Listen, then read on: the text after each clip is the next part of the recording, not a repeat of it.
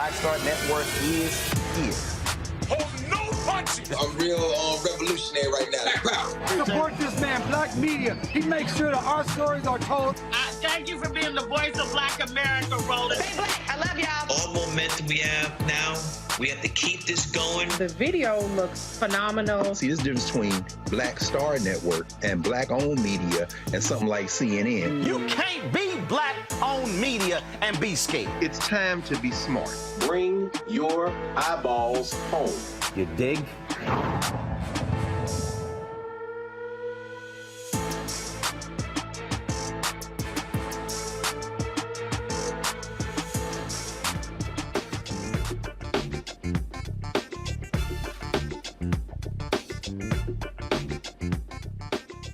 It's Wednesday, December 27th, 2023, and I'm Candace Kelly sitting in for Roland. Here's what's coming up on Roland Martin Unfiltered, streaming live on the Black Star Network.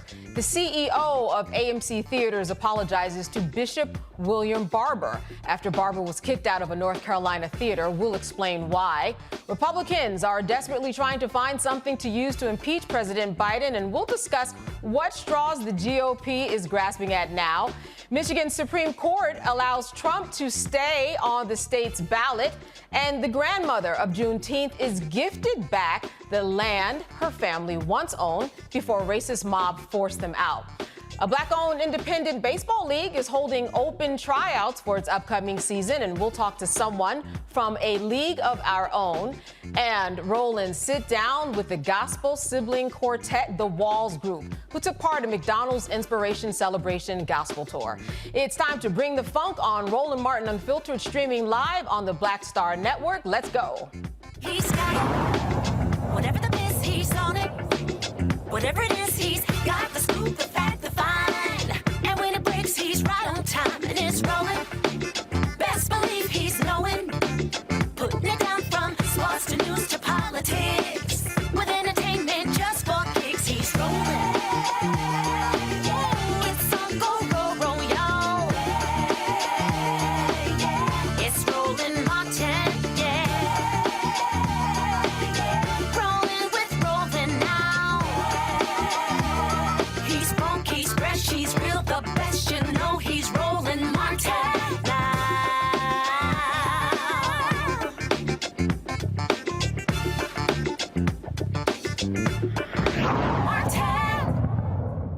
So Bishop William Barber just wanted to see The Color Purple, like a lot of you out there, but instead he was escorted out of the AMC movie theater by two Greenville, North Carolina police officers. Barber suffers from a debilitating type of arthritis, walks with two canes, and carries a chair to accommodate himself because he cannot sit in chairs too low because of a bad hip. Now, management told him he could not use his chair to sit and watch the movie in the handicap section of the theater. Management then called the police to remove Barber from the theater. Here's Bishop Barber describing exactly what happened. There's nothing in this posted online or says you can't bring your own chair. Inside the theater, they have spaces like for handicap. That's for whole spaces. Sometimes they've had me sit up against the wall. But two little managers in there decide today, the day after they put the Lord out of the inn, that this chair and me there's no room for it. What bothers me about it is I'm okay. But what if somebody poor? What if somebody less unfortunate than myself, struggled to get here? It's painful for me to walk in there.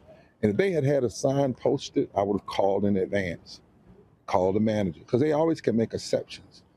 They literally said, well, do you have a piece of paper with you saying that this is your medical device? I said, I have these two canes. I have my body. I have my people here witness me, and I have people here who've been with me all over the country.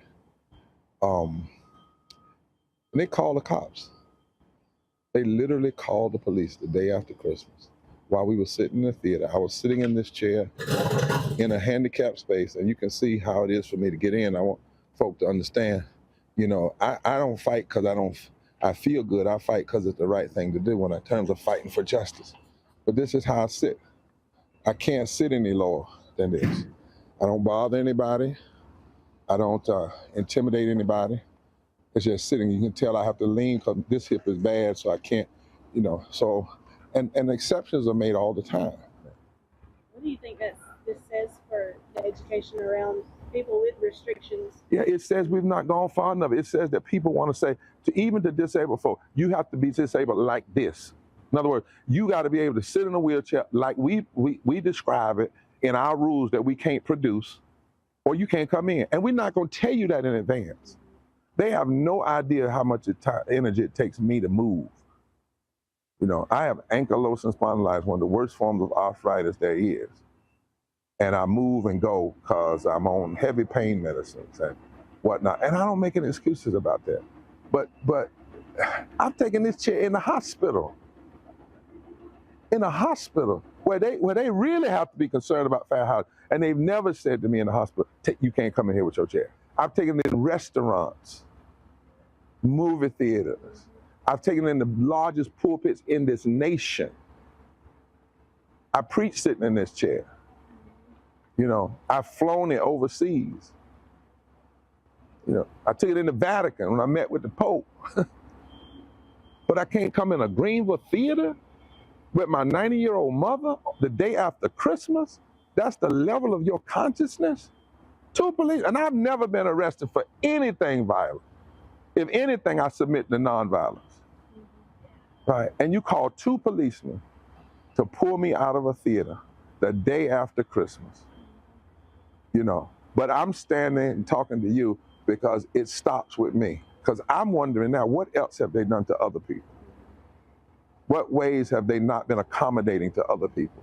So in that sense, if they had to touch me today, I'm glad about it.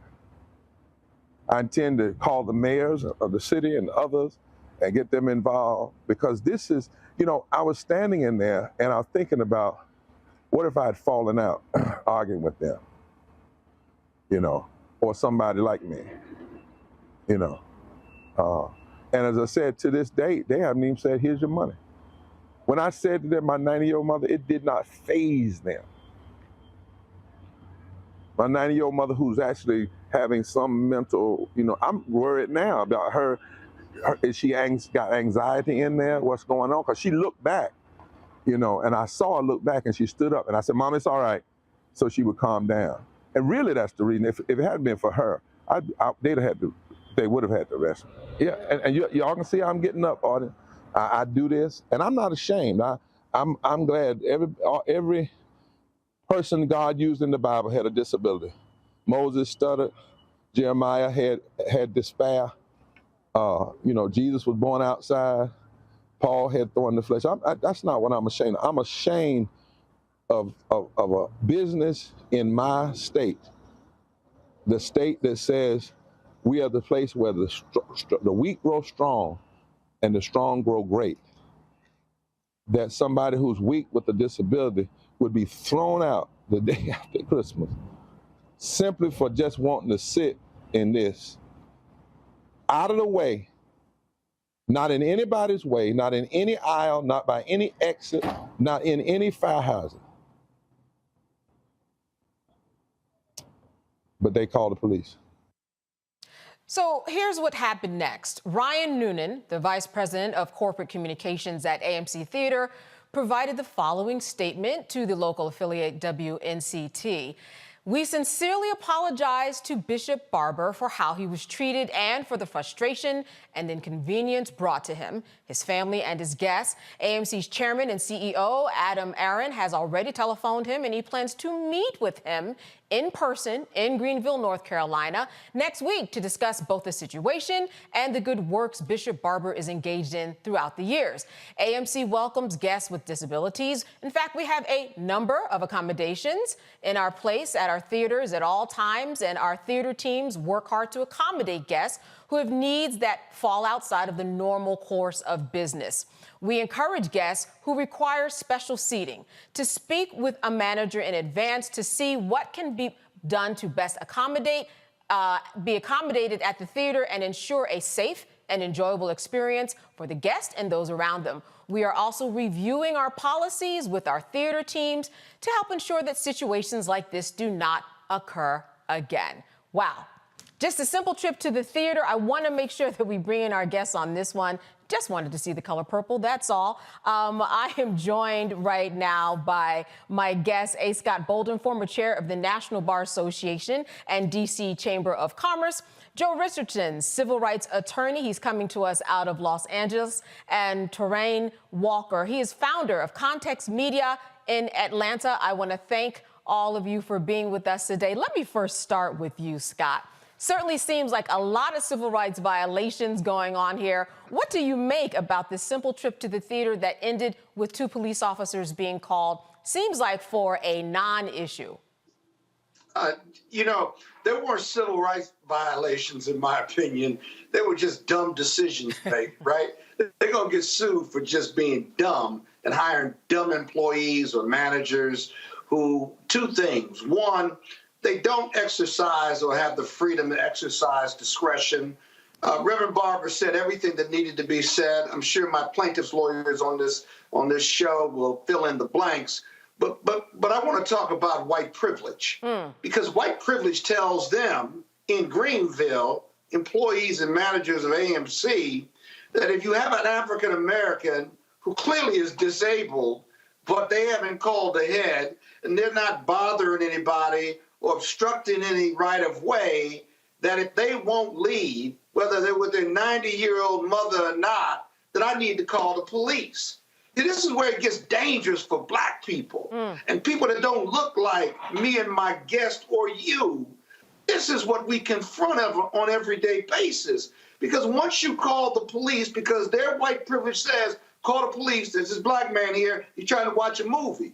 Or these young girls are selling lemonade, or they want to barbecue outside. And then it gets dangerous for black people. See, white America, it doesn't get dangerous for them when they call the police on each other, if they ever do that, but it gets dangerous for us. And thank goodness Reverend Barber, did not exacerbate the situation, left quietly. Wasn't clear whether he left his mother, 90-year-old mother there or not, or they left and what have you.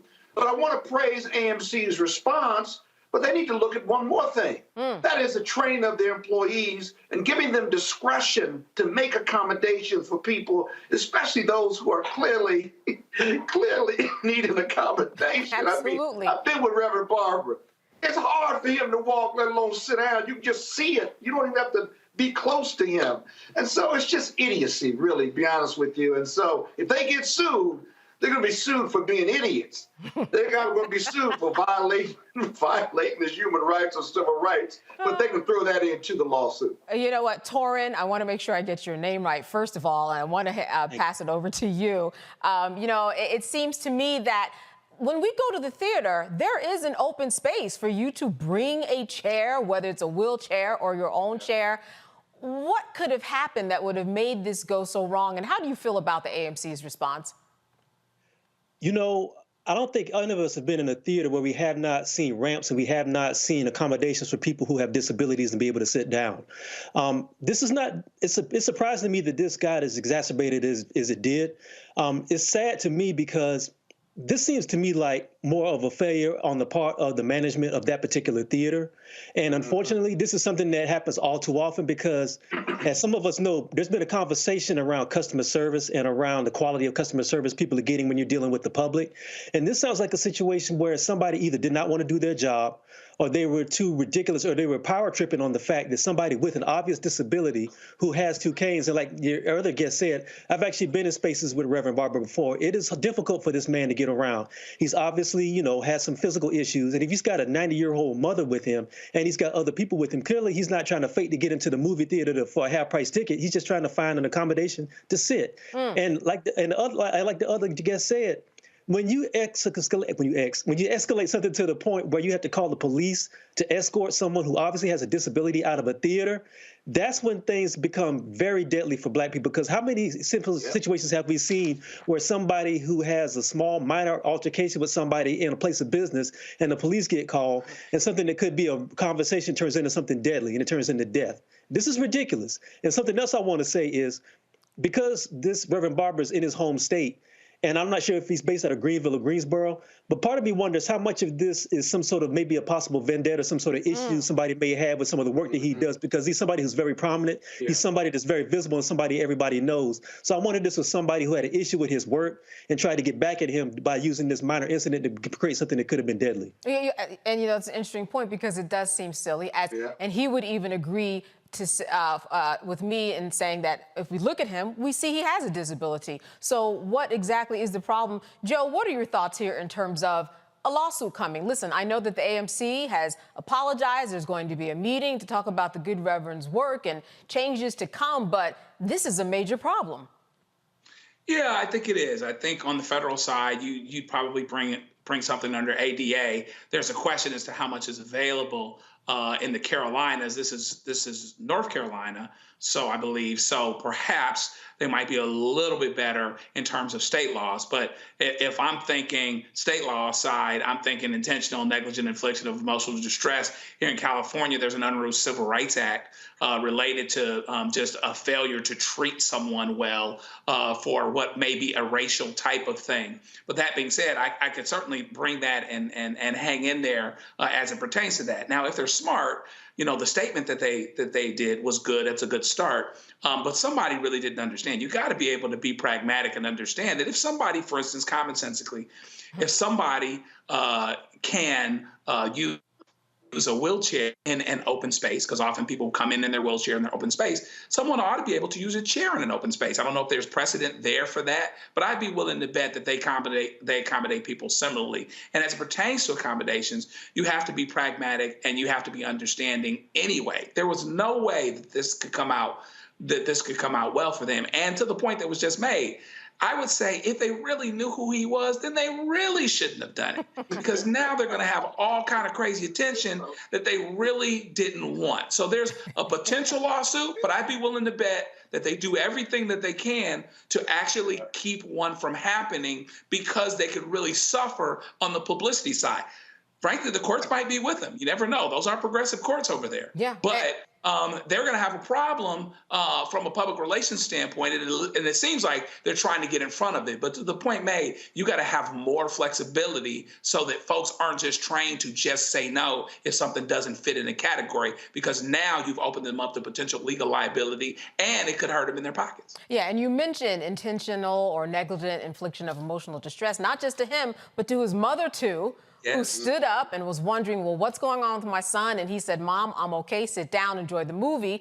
But it seems like in this situation, Scott, that, as you said, it might have been a little stupid, but at the same time, what he is really trying to do is speak up for someone who is not as fortunate as he. He said, listen, I'm okay. But there are other people who might have been treated this way. And that makes it even a bigger problem, because I'm who I am and I have the stature. But he said someone who's poor and may not know their rights may not come forward like he is doing right now. Yeah, look for more stories like this to come out if there are stories. But of all the people you want to put out the theater and call the police for, of all the people in the world, right. Why do you want to do this to Reverend Barber? Of all people. The CEO is like, damn. It's such an unforced error. It's such an unforced error. You're like, this can't be happening. Right. I'm CEO, this can't be happening to me, Yes. But I will say this.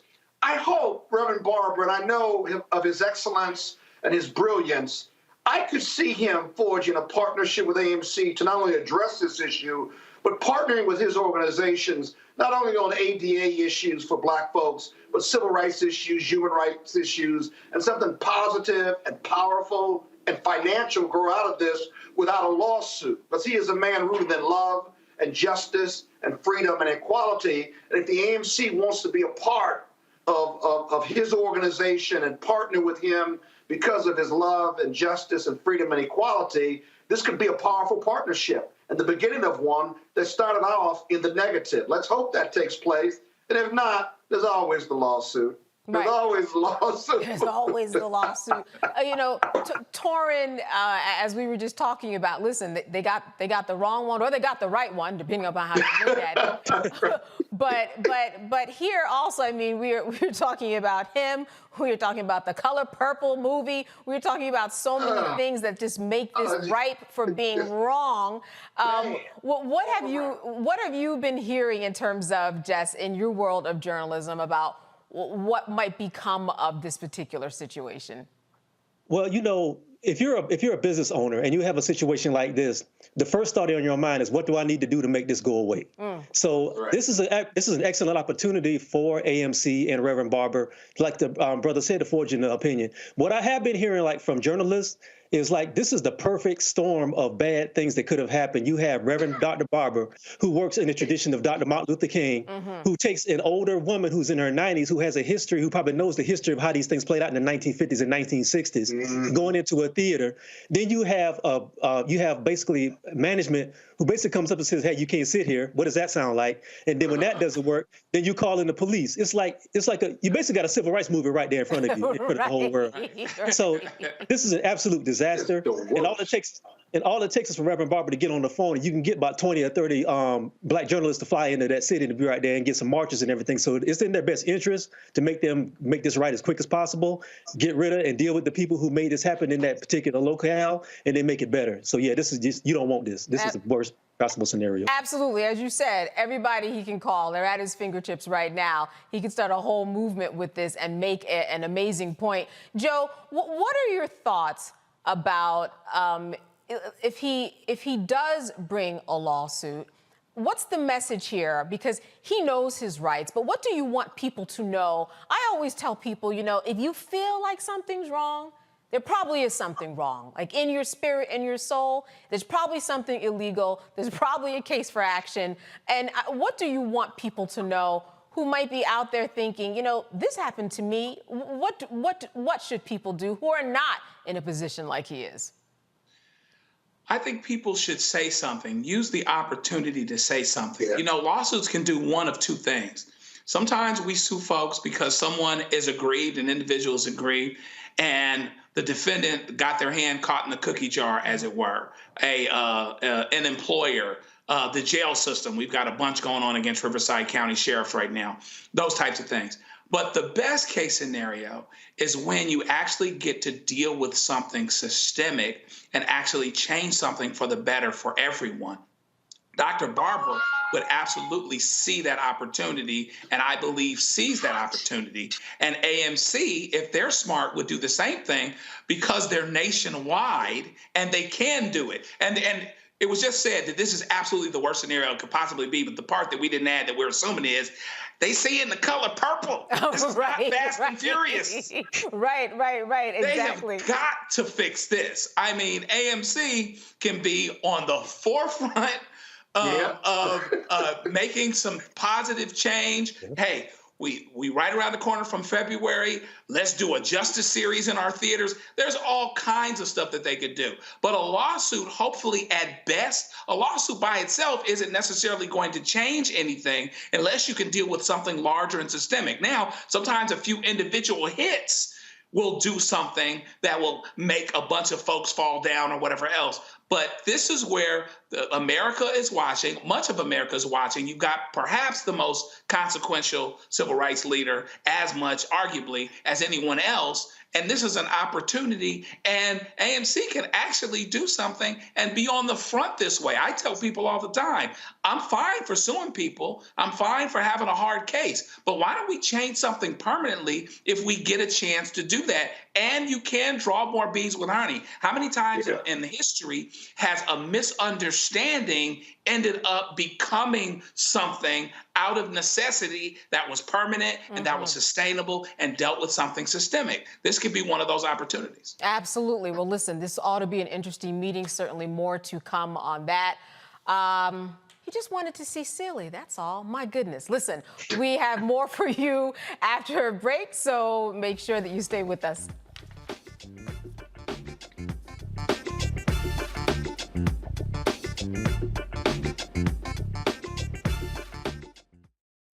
Grow your business or career with Grow with Google's wide range of online courses, digital training, and tools. Gain in-demand job skills with flexible online training programs designed to put you on the fast track to jobs in high-growth fields. No experience is necessary.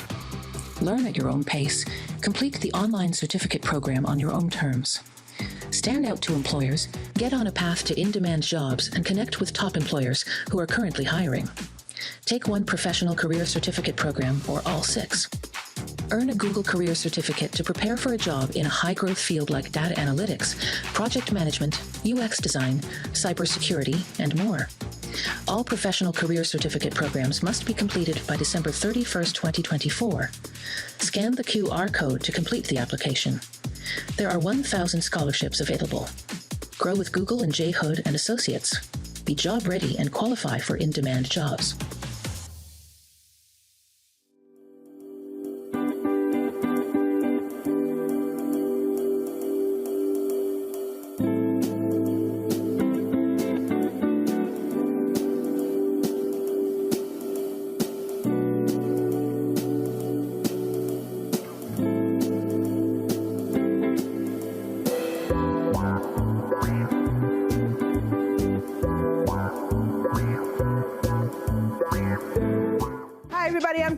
Hey, I'm Donnie Simpson. Yo, it's your man Deion Cole from Blackish, and you watch Roland Martin, Unfiltered.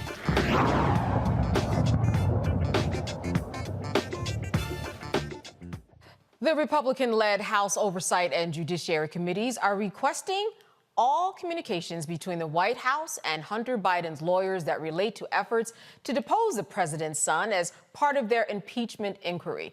House Oversight Chair James Comer and Judiciary Chair Jim Jordan requested in a letter on Wednesday to Edward Siskel, assistant to the president and White House counsel. The GOP chairman said they want to determine whether the president was involved in his son's decision not to comply with a congressional subpoena. The letter asks for all documents and communications sent or received by employees of the Executive Office of the President regarding the deposition of Hunter Biden, as well as any records sent or received by employees of the Executive Office of the President regarding President Biden's statement about the family's business associates on December 6, 2023.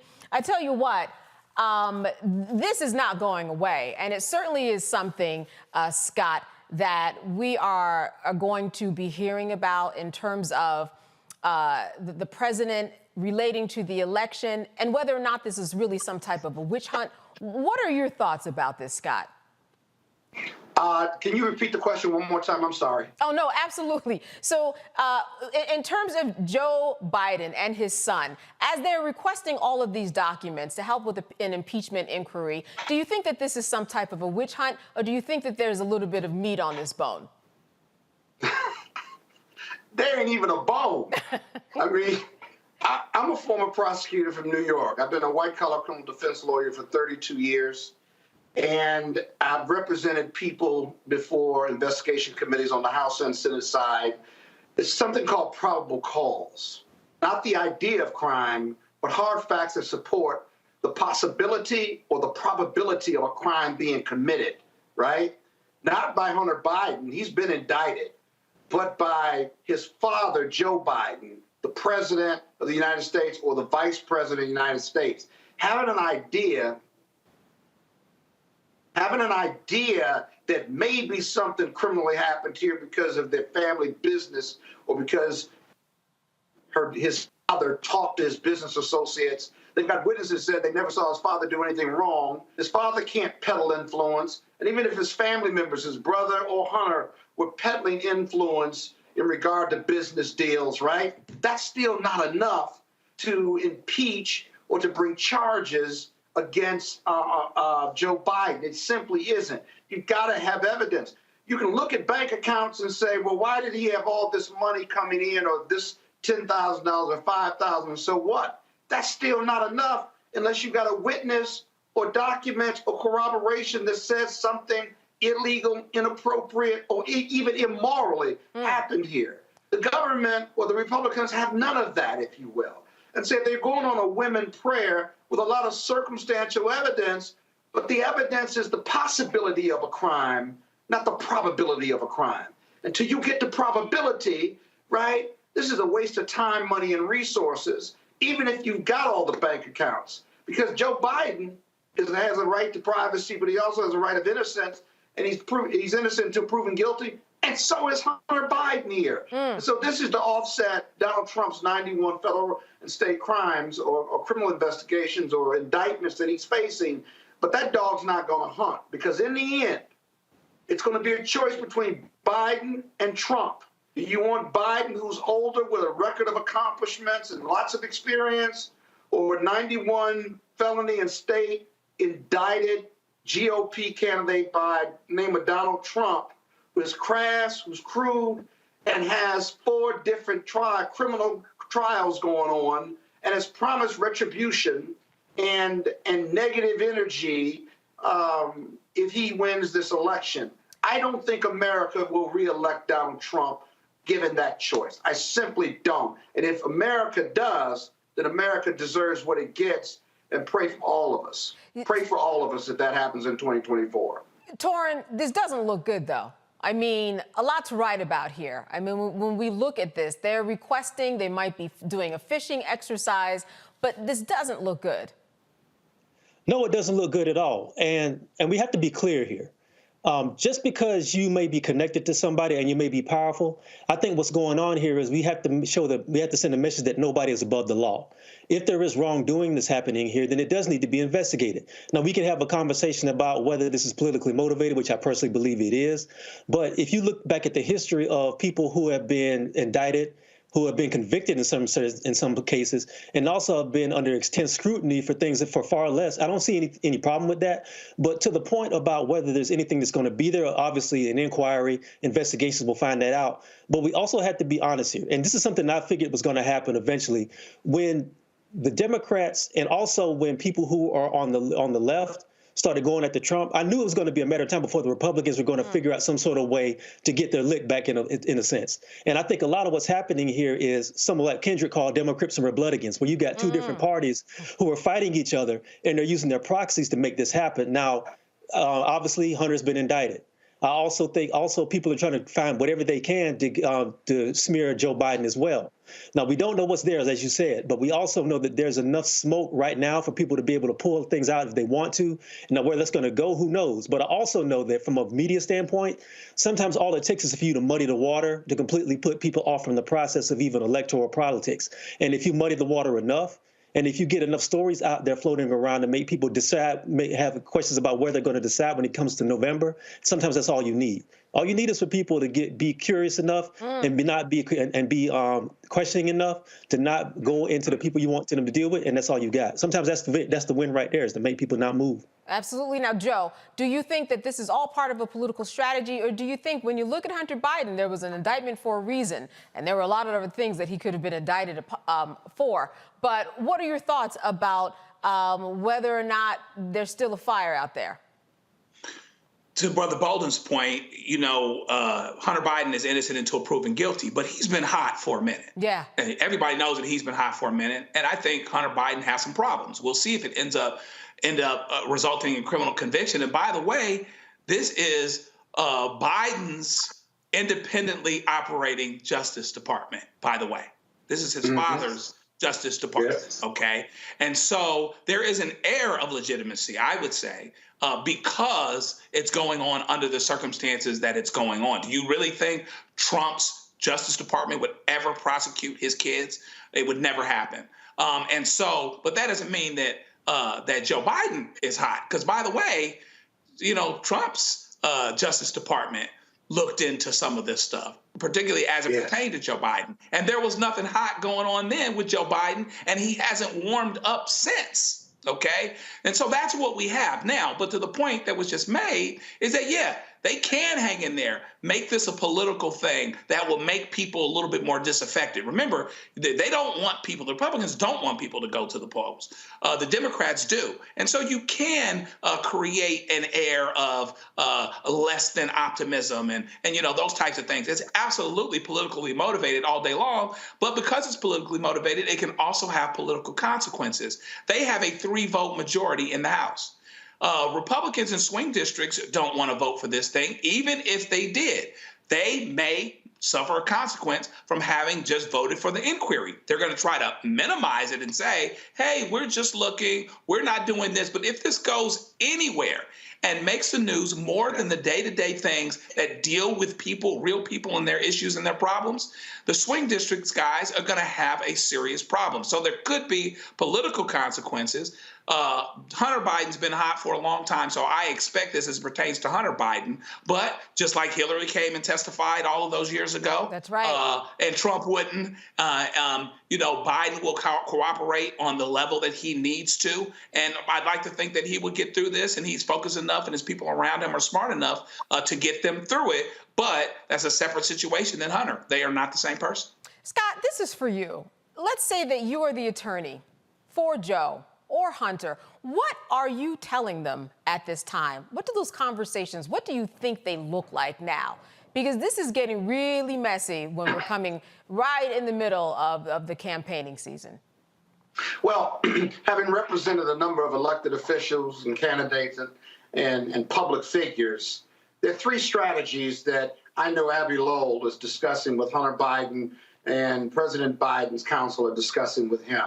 There is certainly the legal approach and the legal defense, right? There's a political strategy, and this is all politically driven, right? And then there's a PR strategy, which we saw when Hunter Biden showed up with Abby Lowell and said, I'm here, but I'm only here to testify publicly, not privately. GOP wants him to testify privately because they don't want to be embarrassed publicly. They want to see the documents, hear his testimony, get a feel for him as a witness, and then put him out before the public, or maybe not. Right? All three of those strategies are not coherent or consistent or rather congruent with one another at various times. This is high-level stuff. The presidency of the United States will be impacted by what happens to Hunter Biden, one.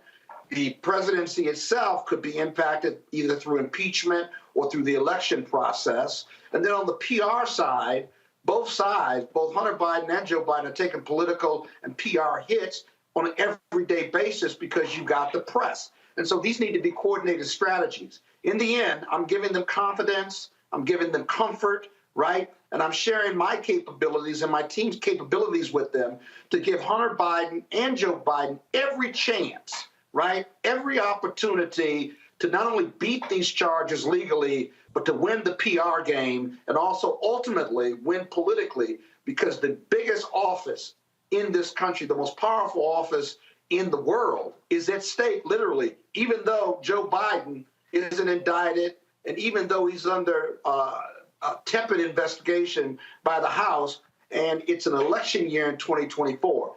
Bottom line is it's a lot of moving parts, right? You got to be coordinated, you got to defend, and while you can't coordinate with his dad and his lawyers, the law firm representing Hunter Biden, right, has to be at their A game in all three of these fronts, because the legal piece, the legal defense is the most important, right?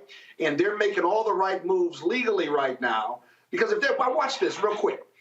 If there were two levels of justice, like the GOP says, Hunter Biden is the poster child for it. My lawyer on the panel will agree. He had a deal that was cut. No jail time, a couple of misdemeanors. He certainly had a drug habit. It's a health issue. And an independent prosecutor, after investigating for 5 years, came up with this deal.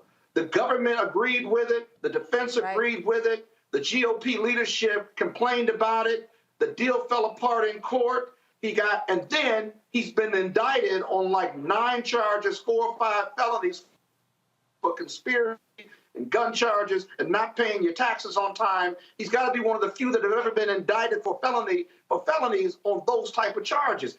That makes absolutely no sense. And watch Abby Lowell, his defense lawyer, make a big deal of it, not only in court, but out of court on the PR and the political side. So a lot to watch, unfortunately, but there's a presidential election coming up in 2024, and it's for all the prizes. Yeah, absolutely. Joe, we're agreeing with that advice. I mean, all the strategies that have been talked about, are you adding a little something? Yeah, no doubt about it. You absolutely have to coordinate your strategy. I think PR is incredibly important as well. You know, legal, of course, is about what's going on in the box, but there is a public information war to win. And perhaps in that way, not only can he help himself, but he can actually help his father. All right. That's right. That's right. You can jump in. If somebody wanted to jump in.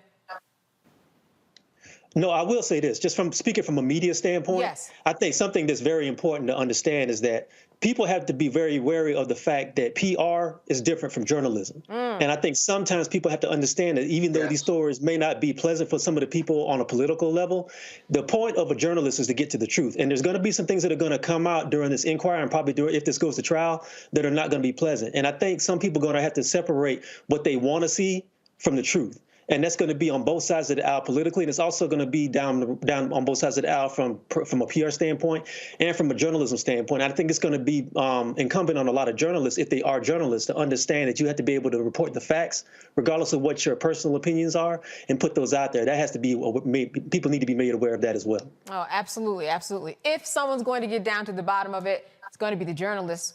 All right, Roland Martin Unfiltered. We'll be right back after this break. You're watching the Black Star Network. Hatred on the streets, a horrific scene, a white nationalist rally that descended into deadly violence. White people are losing their damn minds. As an angry pro-Trump mob storms the U.S. Capitol, We're about to see the rise of what I call white minority resistance. We have seen white folks in this country who simply cannot tolerate black folks voting. I think what we're seeing is the inevitable result of violent denial. This is part of American history. Every time that people of color have made progress, whether real or symbolic, there has been what Carol Anderson at Emory University calls white rage as a backlash. This is the rise of the Proud Boys and the Boogaloo Boys. America, there's going to be more of this. Here's all the Proud Boys, guys. This country is getting increasingly racist in its behaviors and its attitudes because of the fear of white people. The fear that they're taking our jobs, they're taking our resources, they're taking our women. This is white fear.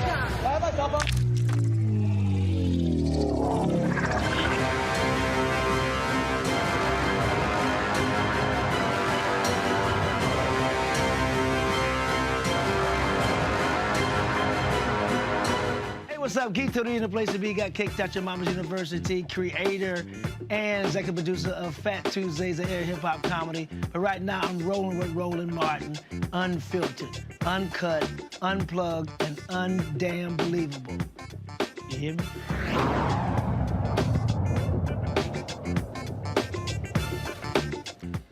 The Michigan Supreme Court ruled that Donald Trump will remain on the 2024 ballot. Now, the state justices rejected the cause for Trump's removal based on the U.S. Constitution's insurrectionist ban.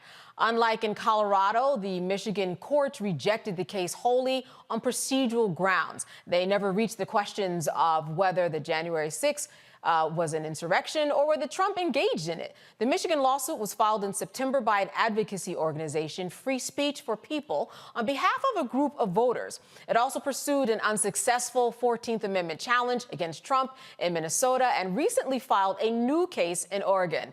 A separate liberal-leaning group initiated the Colorado lawsuit.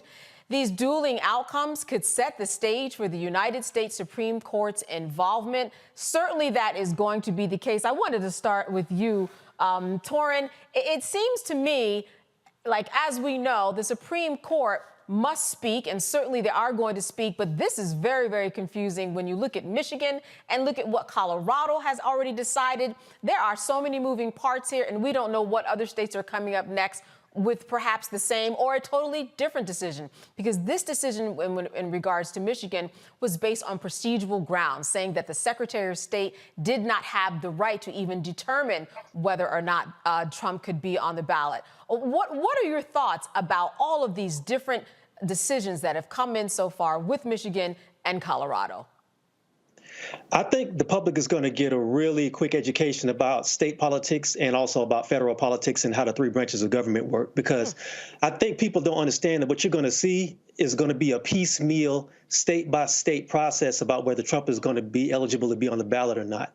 And when you see these sorts of things play out, what's going to happen is it's going to end up going up to the Supreme Court, because when you have 50 states, and I think, like I said, every state is going to rule on this. Then there's going to be countersuits. Then there's going to be counter arguments on that. And it's going to be so confusing that the backlog of paperwork and the backlog of procedure and legislation is going to have to be hammered out by the Supreme Court. Now, when it gets to the Supreme Court, it's going to be interesting to see whether or not that's going to be something that's going to be binding up close enough to the point where it gets to the place where we're at the time when the election comes close.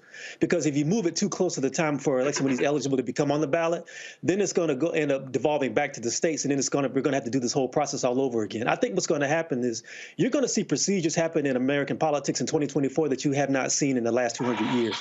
So I don't know what's going to happen. It's like every day there's going to be something new. That's all I can say. Who knows? Definitely who knows. What we do know is that on January 4th, that's the deadline for Trump and his team to file with the Supreme Court and appeal. But it seems to me that what his team is saying, Joe, is that we need to go to the legislators. We need to go to Congress. They are the ones who need to make this decision, which is interesting because the Constitution is what it is. It's actually something that people don't question, and it is actually the final word that people just carry out. Certainly, I don't think that this is a very good decision that Trump is making in terms of let's question what the Constitution says. Let's question the 14th Amendment. What do you think his strongest argument will be, though, when he does file by January 4th, Joe? What I would say, there's a couple things. First of all, with an election coming up, you want to be able to say that you want the people to decide. Now, of course, in the back door, he's trying to keep certain people from voting. We understand that, but let's just go along. Let's just play along like he really wants everyone to vote.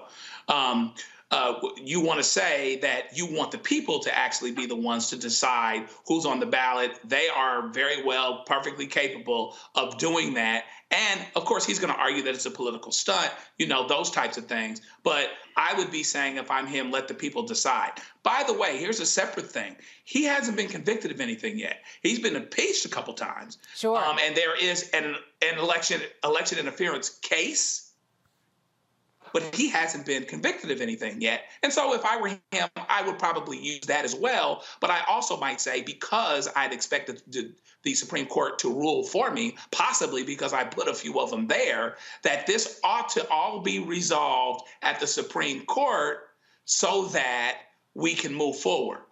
Because he doesn't want to be put off on the ballot anywhere else. Now, on the other hand, he may say that, well, we want to buy time and run out the clock and all of these other things, but he doesn't want to run out of the clock on anything that has the potential to keep him off the ballot right now. And so, it's going to be interesting because we just don't have any precedent for it. That's right. And that is very key because the Supreme Court didn't know what to do in terms of they haven't really made their case, right? And in terms of leaving everything to the states' rights, when it came to abortion, they left that power in the states. And now when it comes to this particular decision, they have to come and step in and say something or not, or else it certainly is going to be confusing. Is it not, Scott?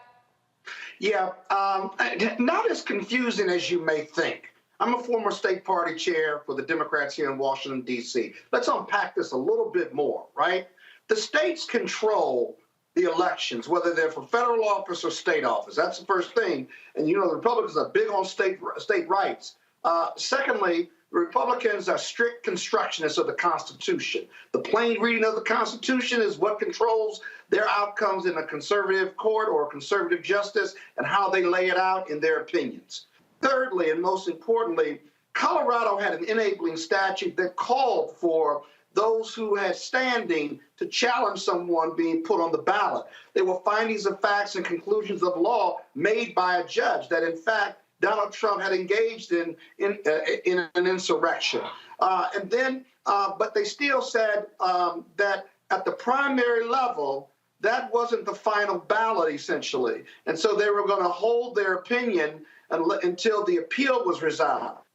The Court of Appeals in Colorado indicated it supported that decision and endorsed that decision. And now that appeal is going to the U.S. Supreme Court. And so Colorado has made findings of fact. That's really different than Michigan and Oregon and some of these other states. All of them have very different procedural or even administrative processes as to challenge somebody on the ballot. Every state has a process for challenging somebody, but some make findings of fact, some don't. And so Michigan indicated, and this is really important, and Minnesota indicated when they denied putting him off the ballot, it was the primary ballot that they kept him off because it wasn't the final ballot. And so this fight is going to be rekindled after the primary, because then the final ballot and who gets on the final ballot is what's going to be litigated. The state parties in Michigan can determine that, but even the court in Michigan said this isn't the final ballot, and there is a mechanism for challenging it. So this is going to be reverberating. You're going to hear more and more of these arguments at the state level, and it's going to be convoluted. It's going to be confusing, and that's what's going to get to the Supreme Court, because the Supreme Court loves settling conflicts in the law. And you have several states that are going to rule differently on this, and that's what they're going to have to resolve. And you make some very good points, especially because, as you said, there were facts that were presented in Colorado. They made the case, as opposed to Michigan being procedural. So we might have different cases coming to the table for many, many different reasons. And that's why we're seeing the difference in these particular decisions specifically. And I'll tell you something else, which is, it didn't get reported on a lot.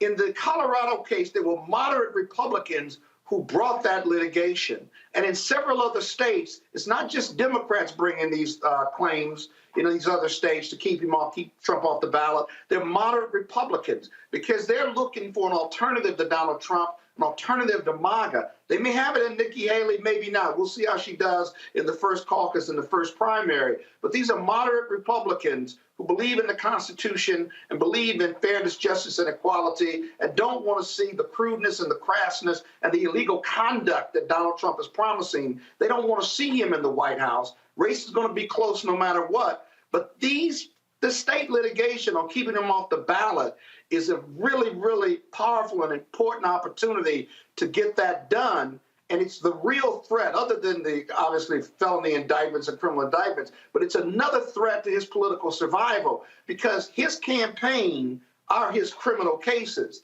and his criminal cases are his campaign. If either one of those fail, if he loses at either one, right, it's over for him. So he's got to keep both of them going until he can win the general.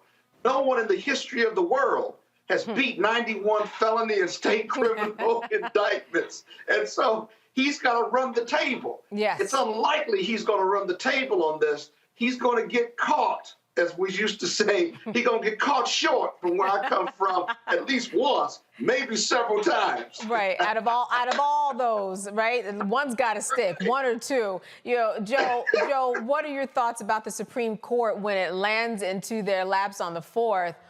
What do you think they're going to do? I'm sure you've given this some thought. The Colorado opinion was written in a way that is prime for a conservative justice to look at it and say, I've got to uphold it. They may not uphold it, right? They may not side with Colorado, but they wrote it rooted in strict constructionist theory. It's about a 200-page opinion, and they also wrote it based on state rights. Republican justices love to render decisions based on those two legal theories. And this Colorado opinion is written for their review. It's really significant. And so I think the conservative justices on the Supreme Court are going to struggle with trying to save Trump. But I will tell you this. My father, who passed away a few years ago, was a state court justice in Illinois. Mm-hmm. He served for some period of time on the Court of Appeals. And he talked to me about code of conduct, judicial code of conduct, that you may reach a decision, no matter where you are on the federal or state or judiciary, right? You may still reach a conservative decision. But the judicial canon of ethics really controls the thought process of most judges once they get there. I'm not saying that there's no politics involved, but for the most part, conservative and liberal justices try to get it right because they have their canons of ethics. They're going to struggle with not only their canons of ethics, their politics, but also how this Colorado opinion was written. It's going to be interesting to see what their position is on this insurrection, what they think of Donald Trump. And remember, Justice Roberts hates politicizing the court, which is why they punted on the John Smith or Jack Smith papers. He will not want to have this court tied up in the political decision-making on the next president. a lot for them to consider. He may have no choice in the matter in 2024. I want Joe to jump in. What are your thoughts? Yeah, that's where I would have gone. There's a couple people that aren't going to care. Clarence Thomas will do anything to thwart Democrats and support Republicans, particularly because he's got an axe to grind ever since 1991. Roberts will come in and try to find the middle ground that preserves the legitimacy of the court, even though he gets decisions wrong as well. I'm not saying that he's faultless, but he is concerned enough about the legacy of the court to try to make something happen that doesn't make it look like the court figured in on who became president. He will try. We will see if he will succeed, but he will try. Yeah. You know, I agree. Yes. Now, it's interesting because Trump recently had kind of a win in the Supreme Court when they decided not to determine whether or not immunity applied to him. I'm wondering if you would say, Torain, that this is another win, that if it goes to the Supreme Court, that this will be a win, Torain. Well, you know, it's so crazy to see the way the political system in America has gone over the past 4 years that you can't tell. I know there's quite a few, there's some judges on the Supreme Court who may feel like they owe Trump a favor because a lot of their appointments are beholden to him. Who knows? I mean, it's hard to say. That's what I say. The system right now is so up in the air, and there are so many unique things that have happened over the past 4 to 8 years that it's hard to even make a judgment call on the way things may go now. It's like you just don't know. That's my opinion on it. Joe, could this backfire in any way? I mean, going to the Supreme Court, like I said, he's had some wins recently. Could this backfire at all?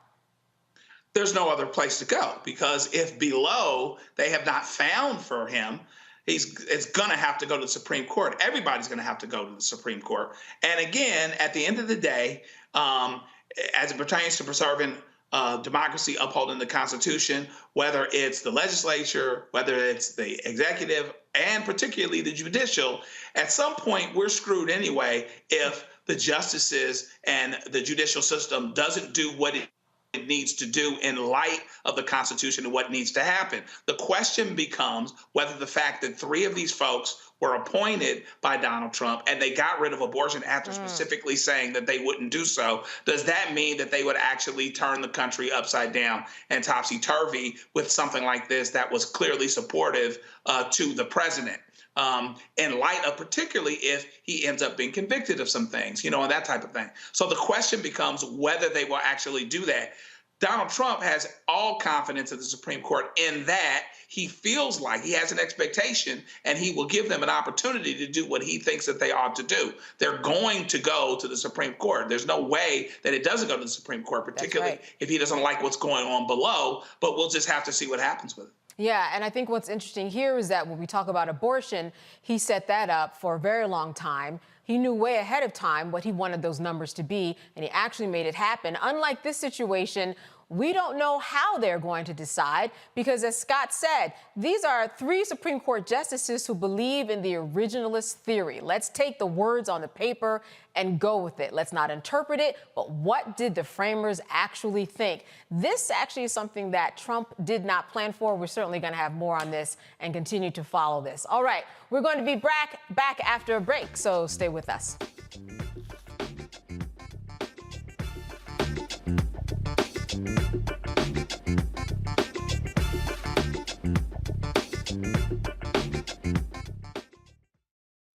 Don't you think it's time to get wealthy?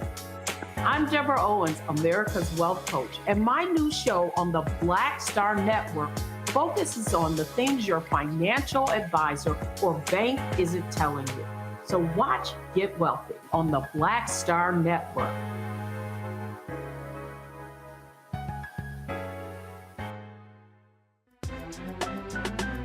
I'm Faraji Muhammad, live from LA. And this is The Culture. The Culture is a two-way conversation. You and me. We talk about the stories, politics, the good, the bad, and the downright ugly. So join our community every day at 3 p.m. Eastern and let your voice be heard. Hey, we're all in this together. So let's talk about it and see what kind of trouble we can get into. It's The Culture. Weekdays at 3, only on the Black Star Network. Hi, I'm Dr. Jackie Hood Martin, and I have a question for you. Ever feel as if your life is teetering and the weight and pressure of the world is consistently on your shoulders? Well, let me tell you, living a balanced life isn't easy. Join me each Tuesday on Black Star Network for A Balanced Life with Dr. Jackie.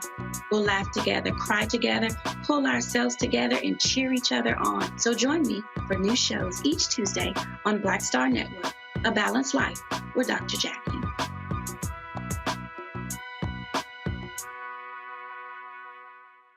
Hello, I'm Marissa Mitchell, a news anchor at Fox 5 DC. Hey, what's up? It's Tammy Roman, and you are watching Roland Martin Unfiltered. All right, some good news. Opal Lee, the grandmother of Juneteenth, now owns the land her family's home set on 80 years ago before a racist mob damaged the property. According to local affiliate WFAA, Habitat for Humanity is gifting the 97-year-old back the land that her family previously owned in Fort Worth, Texas. Lee, a civil rights activist who led efforts to make Juneteenth a national holiday, initially contacted Gage Yeager, the CEO of Trinity Habitat for Humanity, when she noticed the organization owned the lot. That she offered to buy the land at first, but then Yeager said he would instead gift it to her. The organization is also building a home for her on the land. Well, this is some good news. Listen, it's not always that we have good news, right? But this is really something, and I'm just wondering, Torin, what are your thoughts about this? This is something good to write about, right? Definitely, and I'm glad that that elder is still here to actually be gifted this land while she's still here to enjoy it on this plane. Unfortunately, you know, these stories are all over the country. You hear these stories about people who've had their land taken. You heard about wealth removal. You heard about people who've created inventions who are Black, who've had those inventions stolen from them. And land theft is something that we don't talk about enough as a community, but this is something that I think most of our grandparents and some of our great-grandparents have stories about land that was gifted to them or land that was deeded to them in the 1920s and 1930s, and sometimes after the Civil War that was outright stolen from them. That's right. Either by violence or by legal machinations and everything. So I'm just glad this happened. What I would like to see is more stories like this coming forward, because I guarantee you there's stories like this all over the country of elders who have these stories. And I think we need to start talking to our elders who have experienced this so we can do our own research and maybe partner with people who are focused on giving our people our land back.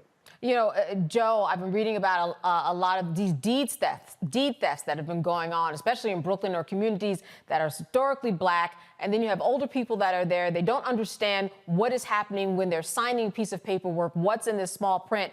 This certainly worked out well for Opal Lee in terms of getting this back. But there's certainly a lot that people should keep in mind when it comes to, I have a property and how should I properly manage it and make sure that the people who are out there, those phone calls too. I don't know if you've gotten a phone call asking about a property, and if you want cash, we can give you cash for it. But there's certain things that people should keep in mind when they have a property, especially if it has history attached to it. Is there not, Joe?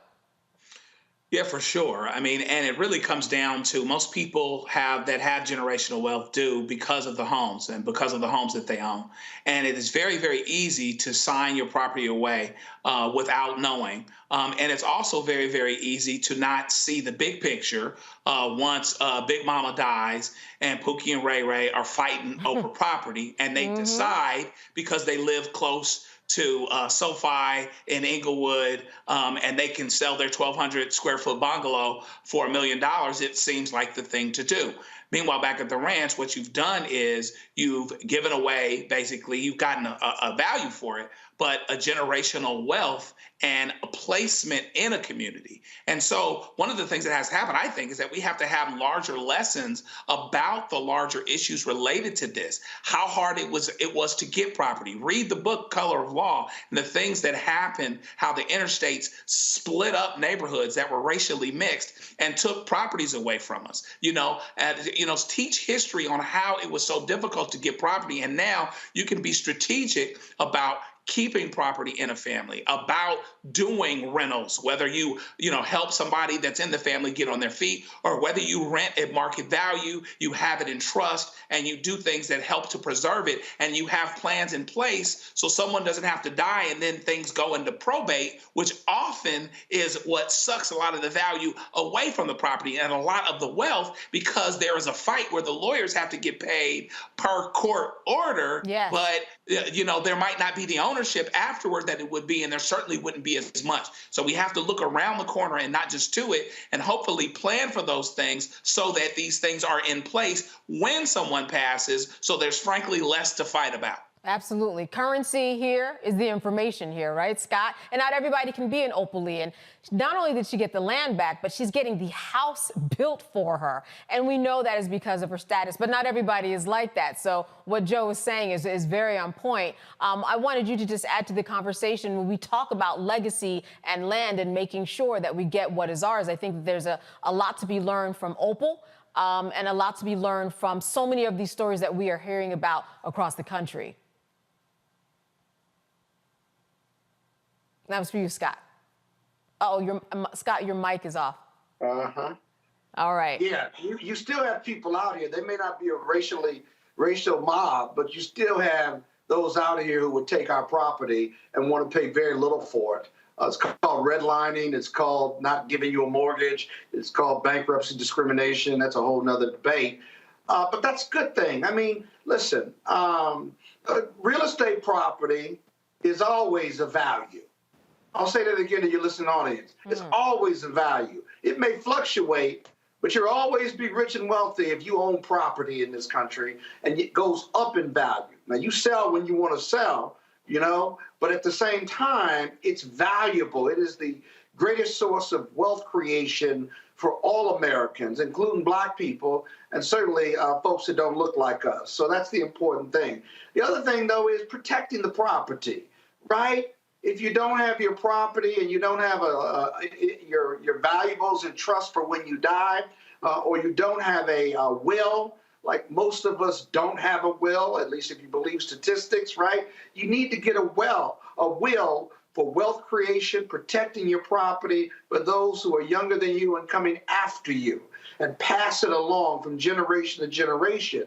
You got to have something to pass along to, because if you get rid of it while you're alive, I know you can't take it with you, but you got to care about those coming after you, like your children and grandchildren and stuff. And so wealth creation, wealth building, and estate planning.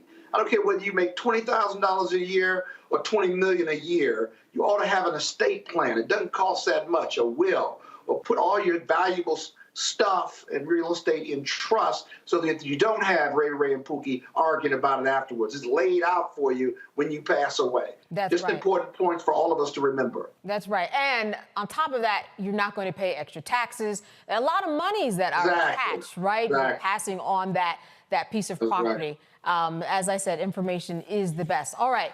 We are going to be back after a break. More with Roland Martin Unfiltered. Stay with us.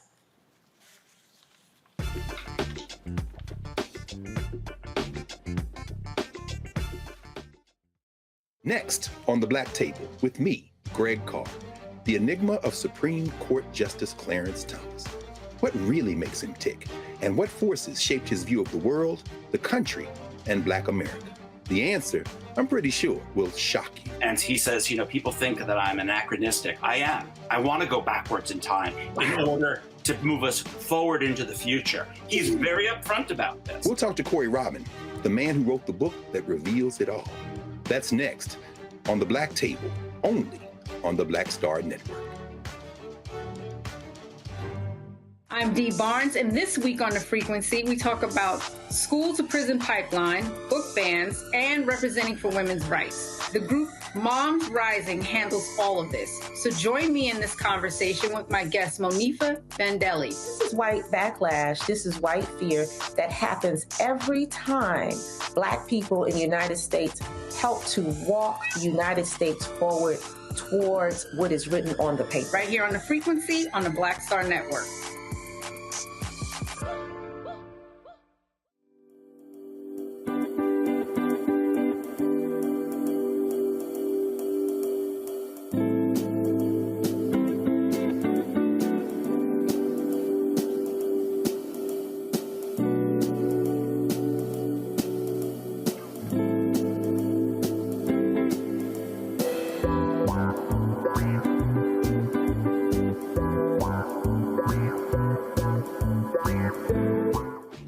I'm Paula J. Parker, truly proud of the Proud Family. I am Tommy Davidson. I play Oscar on Proud Family, Louder and Proud. Hi, I'm Jo Marie Payton, voice of Sugar Mama on Disney's Louder and Prouder, Disney Plus. And I'm with Roland Martin on Unfiltered.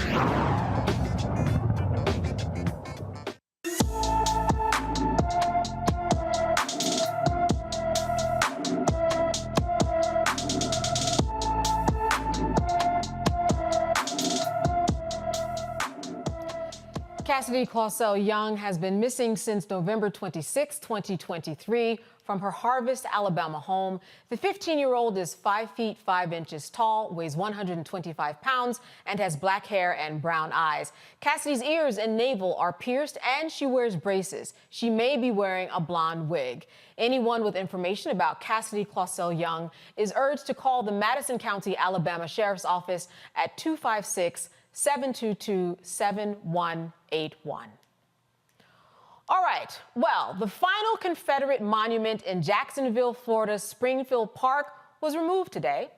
Mayor Donna Deegan ordered the removal of the monument called Women of the Southland. The monument has stood in the park north of downtown since 1915. Deegan said its presence divided the community and had no place in the city park. The granite structure with its columns, rotunda and roof remains in the park after being stripped of the statues. What will be done with the Springfield Park monument after it's removed is unclear. Previously called Confederate Park, Springfield Park was renamed in 2020. So I guess it's just about time. Would you say, Torin? It's about time that came down. First of all, I got to give a shout out to my hometown, Duval. Oh, all right. I grew up in Jacksonville. I grew up not too far from Springfield on the west side. So it's a beautiful thing. But I do got to say this. A lot of these monuments, even though this one was up there in 1915, a lot of these Confederate monuments that you see around the South that are finally coming down, they were built up in the 1950s as a resistance to the Black Civil Rights Movement. So a lot of these things are not even historical monuments, really. They were put up by segregationists following the lead of George Wallace, who was saying that this is the South, this is our South, and we want our South to represent us. And, you know, Springfield is a majority black neighborhood. And I remember walking to school, seeing that monument and seeing other monuments along those lines of things. They were trying to do this revisionist history of what the South was really about and what slavery was really about. So I'm glad to see it come down. And to answer your question, I say take the medal and make it into a monument and make it into a bust of James Weldon Johnson, another Jacksonville legend who wrote Lift Every Voice and Sing. Lift Every Voice and Sing. Absolutely. So I'm interested, growing up there, these were monuments. Did you talk about them in school? What was your first recollection of them? The first time I really paid attention to that was when I was downtown when I was like 8 or 9 years old. And there used to be a monument smack dab in the middle of Hemming Park, which is the middle of downtown Jacksonville, with a Confederate soldier with the Confederate cap holding a rifle and had with his gun up, looking like he was looking vigilant, looking at the north. And I asked my mother what it meant, and she gave me the history of like the Confederacy, and she also told me about Florida and Jacksonville's part in the Confederacy. That's when I first became aware of it. And I was always a big fan of history, so I started just doing research and looking it up. And I realized that some of the stuff I was being told in school about what the Civil War was like and what the Civil War was about was totally antithetical to what it really was. It was about keeping black people enslaved. It was about keeping us in chattel slavery, and they weren't defending themselves. They were trying to export a hateful, bigoted ideology to the north and also to Brazil and also to South America. That's when I became aware of it. Then I began to ask questions.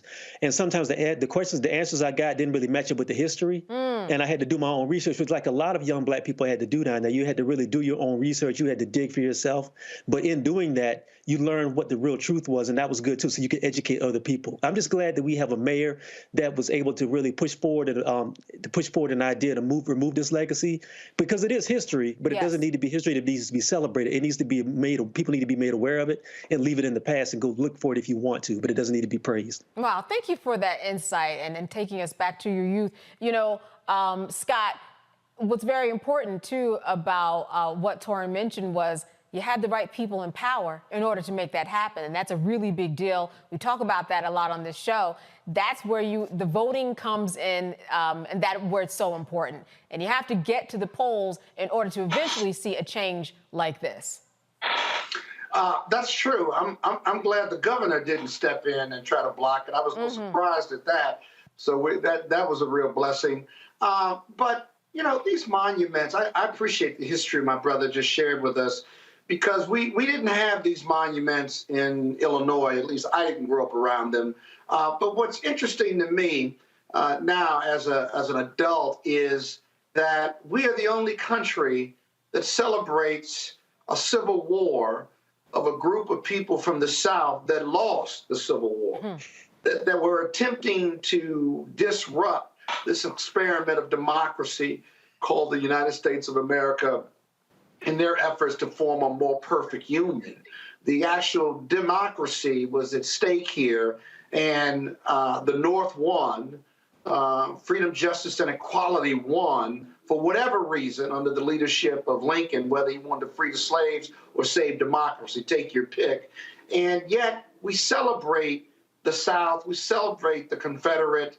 I mean, we celebrate with organizations, the monuments, anything referring to the South or the Confederacy ought to be barred by law as far as I'm concerned. Because if you go to Germany, right, you see no remnants of the Third Reich or of Hitler or the World War II and Germany's march towards conquering several countries. And yet here in the States, it's like we put our arm around our Southern brothers who threaten democracy and say it's okay, we were still all Americans. I've never seen anything like it, and it's illogical. And so we have to remember that. And so any images, any celebrations of the South, at least from a public standpoint, ought to be barred by law. Now, what you should do with these monuments and what have you, if they love the South and the daughters of the South and the men of the South who want to celebrate it and folklore to back in the day and make America great again,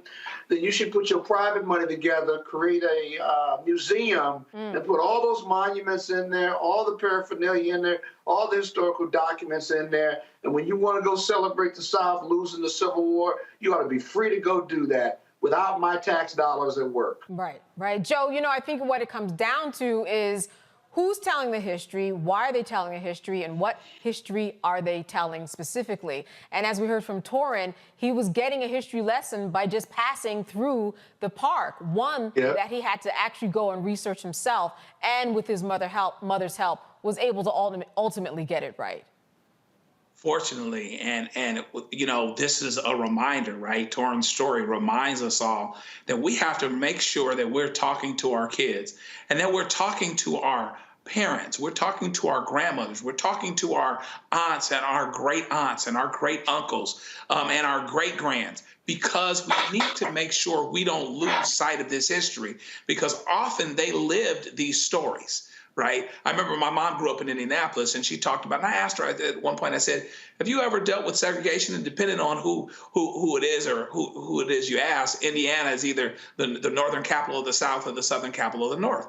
And she talked about a couple stories. Yeah, we were in an amusement park this particular time, and, you know, we were asked to leave. And then years later, our family was putting on the biggest family reunion at that time in state history. That was in the 90s. So I'm related to everybody in Indianapolis, but it's important to understand history. And the way that you keep from losing history is having discussions and having conversations.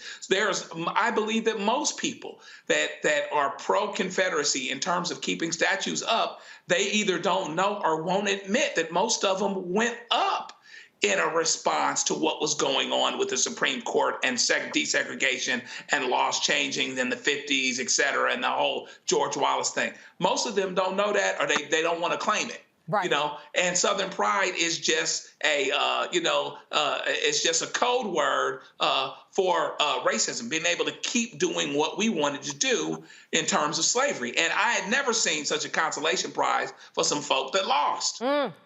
And so what we have to really do is make sure that we pass that history along and we talk to the people in our families. Let's record. Let's do some Zoom meetings. Let's put some things together. My wife's aunt Josie Johnson is the mother of civil rights in the state of Minnesota. And just record. I did a podcast with her.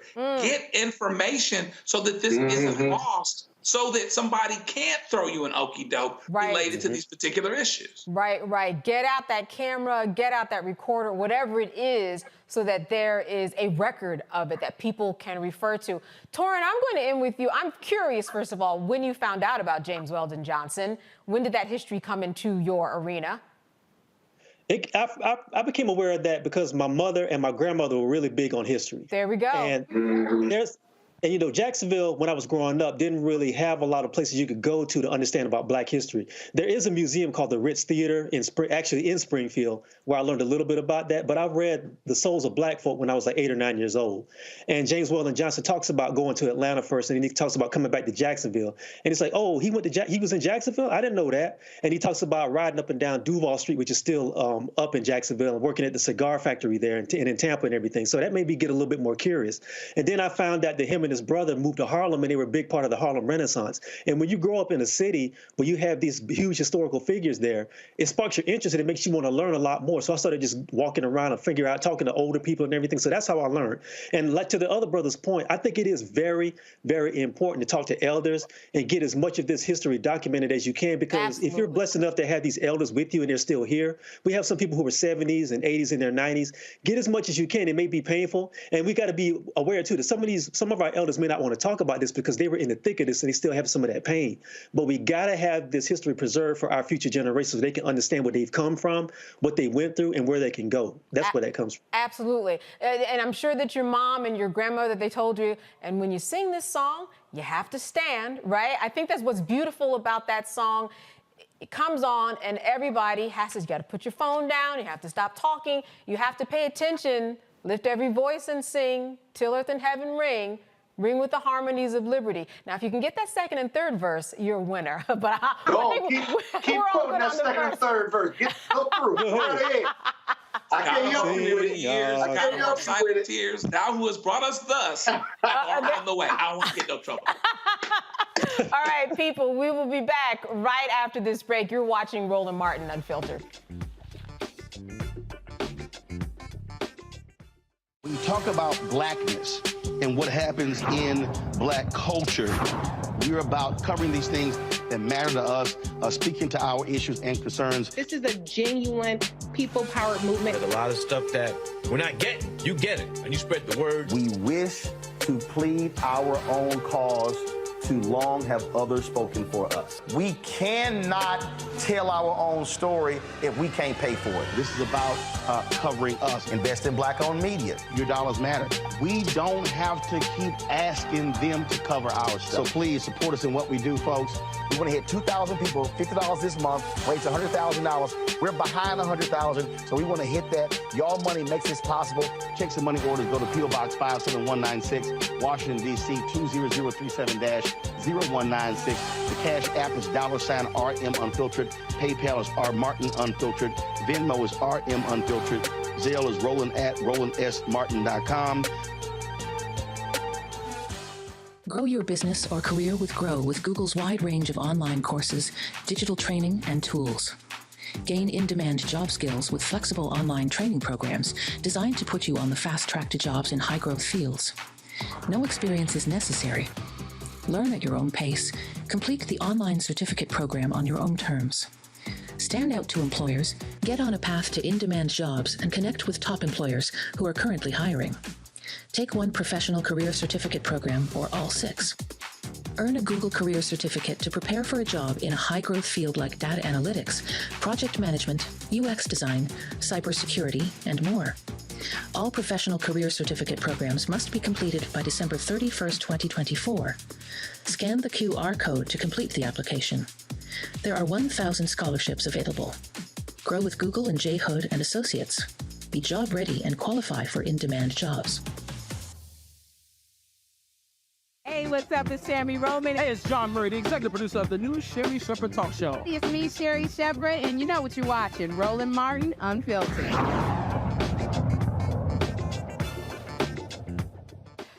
A Colorado jury convicted the 2 paramedics connected to the 2019 death of Elijah McClain. Now, Peter Chichuniek and Jeremy Cooper, two former members of the Aurora Fire Department, were called to the scene on August 24th, 2019 to help McClain after he was stopped by the police. Cooper injected McClain with large amounts of ketamine, resulting in an overdose. Now, both paramedics have now been terminated. Chichuniek and Cooper are two of the 5 authorities charged in the homicide of McClain. Randy Rodema was found guilty of criminally negligent homicide and third-degree assault, and he will be sentenced in January. Jason Rosenblatt and Nathan Woodyard were acquitted of all of the charges. Now, when we think about all of the facts here to my panel, we're talking about this young man. There was a call. A local businessman thought that this young man in a ski mask looked very suspicious. We are talking corroded chokehold. His ski mask was never taken off. He vomited in his ski mask. No one assessed his vital signs when they showed up or asked how much he weighed. All of the math was wrong with the ketamine, and this is why they were in the situation that they were in. I want to go to you first, Scott. What do you think about the outcome of this? In fact, there was a higher charge that they were not found guilty of, reckless manslaughter. How do you feel about this decision? You know, this is a tough case for both sides because the criminal intent, right, and whether it's specific intent or general intent, you've got to be able to prove criminality and that the mindset of the defendants was either criminal negligence or disregard for what would normally be the conduct of these individuals that did not that reached beyond negligence, but reached the level of criminal negligence or indifference, depraved indifference, I think the statute says here. And the jury cut the baby in half, didn't think it was manslaughter, but certainly with this young man, if you want to inject them with this medicine and to either reduce the violence or reduce whatever was going on as a way of treating him, you've got to have some medical statistics or some vitals from this individual, or you can't do it. Now, the paramedics would argue that we didn't have time. We were making split-second decisions, and we needed to do something. I got it. But the simple fact that he's not responding doesn't mean you pump more into him.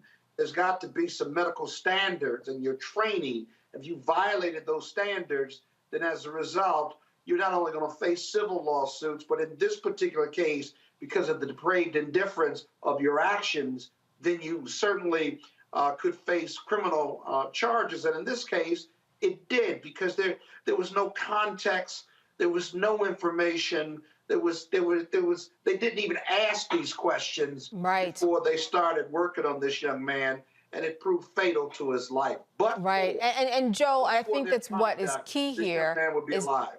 Yes, and what's key here, Joe, is that they were way off in terms of their assessment. They thought that he weighed 200 pounds when he weighed 140 pounds. So then we do get into a question of training. Their defense would say and argue in court that, listen, this is a really state and county level. This has nothing to do with any type of federal crimes, and that they rose to the occasion in terms of their training as we talked about, both sides. Really, it was really difficult to make this decision. What are your thoughts about the outcome of this? A lot, they did a lot of things wrong, really. They get to the scene. It takes them 7 minutes to make contact with Elijah McClain. They testified inconsistently than some of the things that showed up on tape. They said that he was saying gibberish, but there are specific sentences that he's saying, where he is cognizant about what's going on, but he feels threatened. The next thing that I would say, not to try to be funny, but this brother weighed $105. I mean, soaking wet. There's no way you look at this guy and say he's 200 pounds. There's no way. And then ketamine is very, very is potentially lethal if you don't have your weights right. I mean, They basically gave him 50% more ketamine than they should have. And then they said that they did it because of excited delirium, which, depending on who you ask, isn't a thing at all. Right. What it probably was is him lacking oxygen.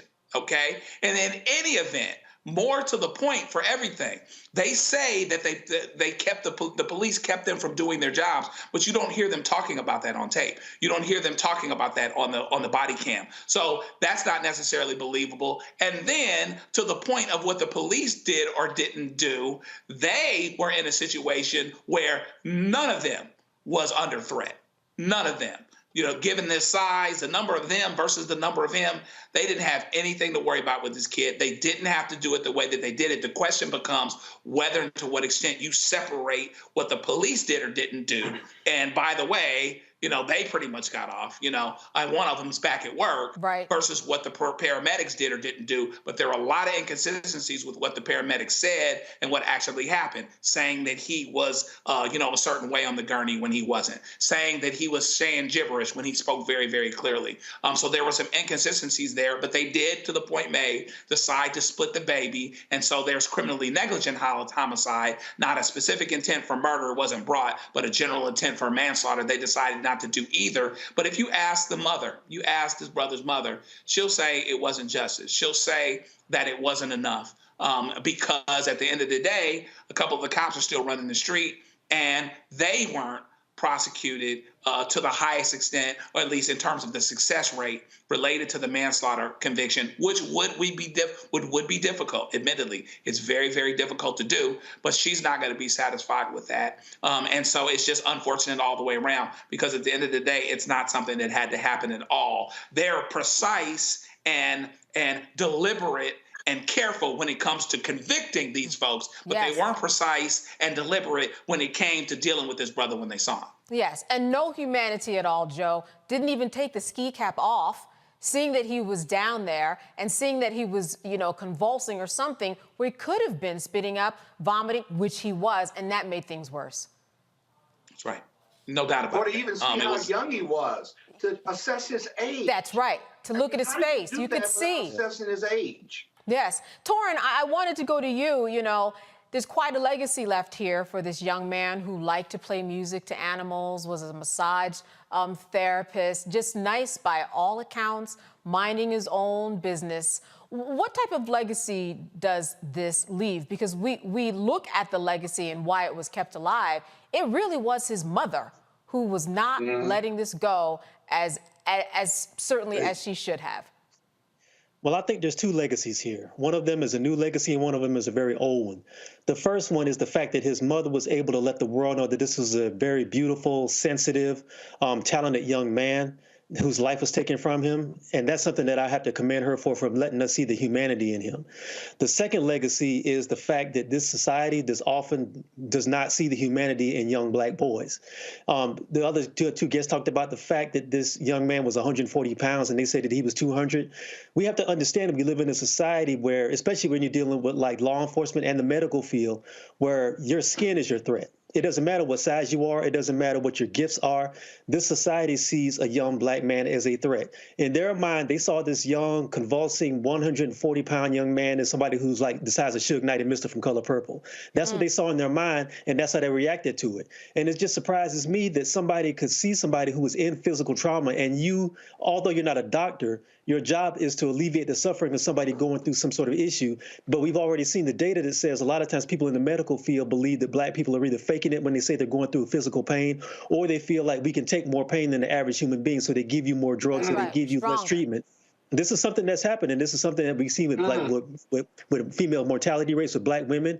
We see this with people, men who are in serious pain or maybe in cancer or maybe dealing with serious illnesses, who are given less meds because they feel like we're trying to get high of what we're trying to use. This is what happens when you don't see the humanity in a young man. This is what happens when you don't see the humanity in certain parts of your population. And I think this speaks to a larger issue in the medical field that really needs to be addressed. There's been some preliminary conversation about that, but we also have to talk about how many people have been injured and maimed and possibly killed in a medical field by people who don't have any empathy and don't have any understanding of us as human beings. That has to be addressed. Absolutely. All right. Well, we're certainly going to have our eye on this, because next is sentencing. So we'll see how that goes. All right. We'll be back after a short break.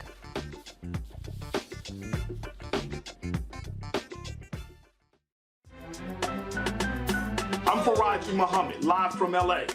And this is The Culture. The Culture is a two-way conversation. You and me. We talk about the stories, politics, the good, the bad, and the downright ugly. So join our community every day at 3 p.m. Eastern and let your voice be heard. Hey, we're all in this together. So let's talk about it and see what kind of trouble we can get into. It's The Culture, weekdays at 3, only on the Black Star Network.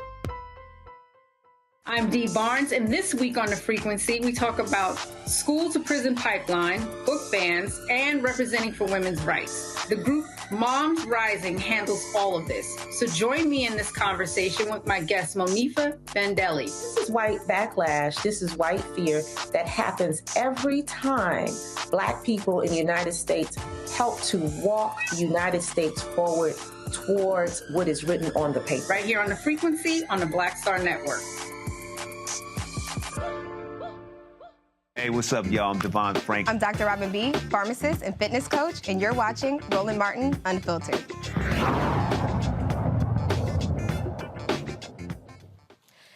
Do you know someone who can easily hit a home run or catch a pop fly with one eye open? If you do, a Black-owned independent baseball league is holding open tryouts for its upcoming season. A League of Our Own independent baseball league is inviting serious athletes to join the tryouts and prove their skills. Local, national, and international baseball players at least 17 years old will have a chance to try out for the 2024 fall season. Michael Maiden, Director of Media Relations for A League of Our Own, joins us from Chicago to tell us more. Thank you so much for being with us today. Thank you for having me. Absolutely. You know, I guess you said the time is right for this right now. Tell me how this came about. Well, you know, I've been involved with baseball over 40 plus years as a high school coach, a college coach, a former major league scout, and even doing summer travel baseball. And I'm very disturbed about the lack of diversity in the game of baseball, and more importantly, the lack of African Americans in the game of baseball. And the myth is that Black kids are not playing baseball, but the reality is that Black kids are not given opportunity to play baseball on a high school level if they're not at a traditionally all Black high school, which means they're not being given an opportunity to play on a collegiate level if they're not going from high school to college. And if they're not playing on the collegiate level, they're not getting drafted into the major league. So therefore, you have a steady decline of African-American baseball players playing on the major league level. So what we have is a tool and an instrument to aid and assist the development of African-American baseball players and give them an opportunity to continue playing baseball, develop their skills, and hopefully become a farm system to the major leagues, as well as that personal experience of playing baseball on the higher levels. Wow. Now, in terms of what this league will ultimately look like, how many teams are we talking? Where are you scouting? How will this unfold? Well, initially we're looking at 4 teams, but we open to do 6 teams. We will hold statewide tryouts in a number of places, from Florida to North Carolina to Alabama to Georgia, Illinois, Indiana, Wisconsin. We're going to go all over looking for the best ball players to want to play baseball. And it's going to be housed in Lansing, Illinois, which is a suburb of Chicago. They call it the Chicago Southland. And what we're going to do is we're going to have those 4 to 6 teams stationed at one location, which allows us to cut down on our expenses for travel and so on and so forth by having a league to function at one site. So we'll have 2 to 3 games a day, 50 games in 50 days. So it'll be nonstop baseball. Wow. So exposure is really key here, and that's really what you want to do. You want to make sure that young people are exposed to the sport. Share with us a little bit about the Negro Leagues and how important the Negro Leagues were in opening up the door for African Americans to enter into the field. I mean, we were talking about an international history of men who traveled to Japan and various parts of the country to really display their skills. We have an important history when it comes to baseball, but a lot of people don't think about that at first when they talk about the sport.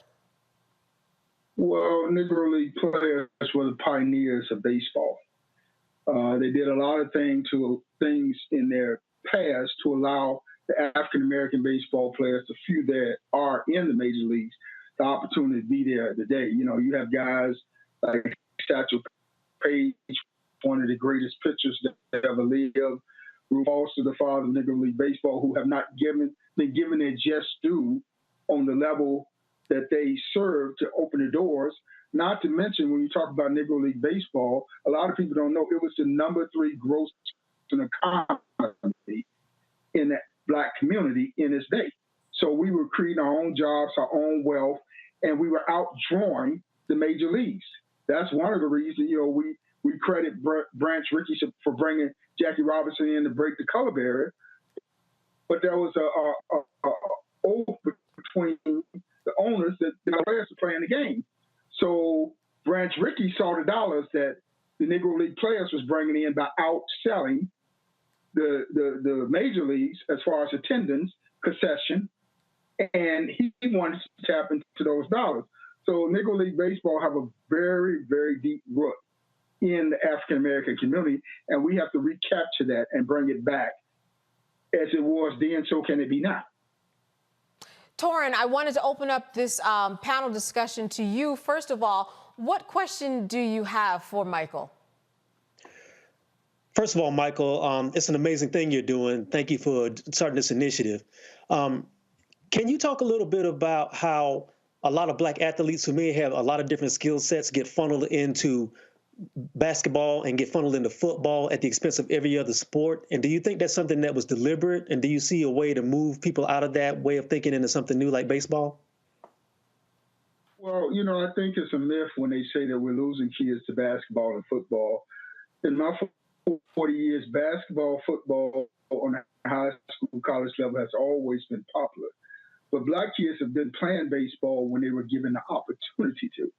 And, you know, I tell people, I always relate to the Jackie Robinson West Little League a few years back when they made it all the way to the Little League World Series. And they excited the nation. And more importantly, the Black communities, because they saw this all-Black team, Little League team from Chicago, playing baseball on the national stage. And I scratched my head and laughed because I said, being around, I knew there were many all-Black Little League teams out there in various cities that nobody knew about. And when we turn on the TV and see the Little League World Series, we see Japan and China, and we see the non-African-American teams playing in the Little League World Series. We had never seen a team make it that far. And when they made it, they captured the heart of the nation. We're playing baseball. Yeah, baseball is dying now in the cities, but we're playing baseball. But the fact of the matter is, we're not getting the opportunities because we're being cut off. So they use the myth that baseball is too expensive. Travel ball, kids can't afford it. No, the fact of the matter is, at our HBCs, that used to be quote unquote historically Black colleges, we got less and less African-American players playing at HBCs because non-African American players and non-African American coaches are now running HBCs. And you got non-African American baseball players getting scholarships as minorities at our HBCs. So what does it tell you about the plight of our game and African American baseball play? Scott, question for Michael. Hey, Michael, love the concept. I'm a big baseball fan, and my dad certainly was, and he would always teach us about the American League, National League, and then the Negro League, and always had a lot of paraphernalia, so I love what you're doing. I guess my question for you is, how you're not paying these ball players, and you got tryouts, how do you measure your success with this initiative? At the end of the 50 games, kind of what are the checkpoints for you vis-a-vis this was successful and we need to do it again? I need partners, I need investors, because we can really make this a big deal. Yeah, well, let me just say for the record, we went down this route about 4 or 5 years ago to do a professional independent baseball league. And A lot of commitments that we had for sponsorship didn't come through. The gates, the tenders didn't fare. You know, we were in a black town and we thought it would really go well. So we had to fold the league within the first month. We reorganized the league to put it under our non-for-profit so we can go after grants and donations and we can get the community involved to give donations to help us sustain the league. And the reason why we did it as a pay-to-play league, 50 games in 50 days, a fall league. Number one, do it in the fall would not compete with all the other independent minor league, major league baseball because we operate in the fall. Number two, we have the seed funding in place to sustain ourselves by charging the players an admission fee to be a part of the team. And then we're also looking to reach out and develop a network of donors and sponsors that want to give donations as a tax write-off to help this organization thrive and stay alive and provide African Americans. And the league is to all, but our focus is on African American baseball players, an opportunity from all over the United States to come in and play baseball, develop their skills, and not only showcase them to the major leagues, but to the international market to say, here's baseball players that want to play baseball, they got the talent and skills. Absolutely. Michael, before we leave, I just want you to remind us where people can get information if they are 17, if they want to try out. How do they do that? Where do they know where to go? Well, they can go to our website, own247.com, and they can register online. Any donors or sponsors out there that want to know more, there's also a page on there where they can become a supporter, a booster, a donor. We want to sustain this league. We want to make it viable because not only is it a league of our teams, we're going to honor Ruth Foster, Satchel Paige, Sam Allen, and Dick Allen, one of the most fierce hitters, White Sox. We're going to honor them by naming teams after them so we can ever invoke their memories in the hearts and minds of future generations as we will be live streaming the games, and the other Negro League players as we expand the league, and African-American players that have been great contributors to the game that we're going to name the teams after as well. Michael, this is very exciting. I look forward to having you on again to talk about all of the success with the startup of this. Michael Maiden, Director of Media Relations for A League of Our Own. Thank you so much for being with us and good to see you. Thank you, and we definitely look forward to coming back and sharing more about this league. All right. I just got to know, are we closing out the show? Am I going to the panel for more questions? All right. All right, I want to say thank you to all of my guests, Scott, Joe. Now listen, Torrin, I got your name right about 80% of the time. Forgive me for that other 20%. I'm going to get it right the next time. It's very good to see all of you, and thank you for being part of such a lively panel today to all three of you. Thank you. Thank you so much. Good to see you. Absolutely. All right. As we close, the Houston, Texas quartet, the Walls Group, took the urban contemporary gospel scene by storm in 2012 with their first studio album. The siblings have not slowed down since, and Roland sat down with the group who participated in McDonald's Inspiration Celebration Gospel Tour at Chicago's House of Hope.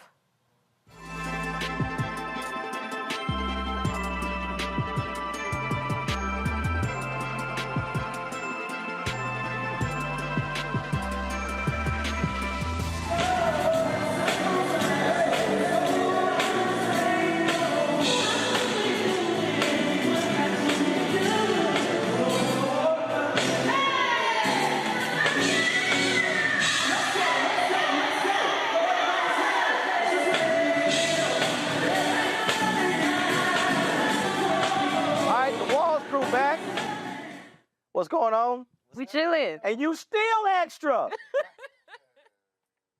You know? How y'all let, still crazy? Still crazy? How y'all let her sit? Did she come in first like, no, I'm sitting in the main seat? She actually didn't want to sit there. I wanted to stand. Sit there. And they made me sit here. Because I'm the shorty. I don't know. Oh, you a shorty? No, 5'9". You a shorty? Are you really? 5'9". What? -6? Yes. I know, a whole foot. She talking about I'm 5'3". Right. 5'3". Ain't no way you 5'9". Right. See right there. It's like, girl, like, stop it. Okay. Stop it. See, extra. See, extra. What's been going on with y'all? We, of course, got together last time. Now you're part of the 17th McDonald's Gospel Tour. So, how you feel? Accomplished. Yes, how old are you? Good, not gonna lie. I'm 17 years old. Okay. We gonna do this again. See, we gonna do this. See, here you go. Again. Yeah, we feel pretty good to be here, not gonna lie. Chicago's like our second home. So we happy to be here. We got a lot of our favorites on this leg of the tour. And when they asked us, we was like, for sure. So honored, so happy. I kind of wanted to interrupt Tim Bowman's rehearsal, but I'm gonna respect him because I love him. I really do. You just gonna interrupt this rehearsal? I just wanted to go see. You know what I'm saying? I'm glad you interrupt our interview. We know who would have. This one. I'm hoping now. Yeah. The face tell it all. Oh, yeah, we excited to be here. You know, always. Go ahead. No, we're just excited, man. It's always great when McDonald's calls. It's just really good to be able to do that. And we've been watching, especially during the pandemic. It was cool to see how they continue to do it, even when you couldn't go and touch the people, but they still did it. So it was just kind of cool, and they called us to do it too. So it was fun. So you mentioned being back, and then you got the crowds. Yeah. So ask you this question here, and I always ask artists this here. There's some cities that are just lit when it comes to gospel music. Oh. Out of all the cities y'all go to, what's that one city that y'all know?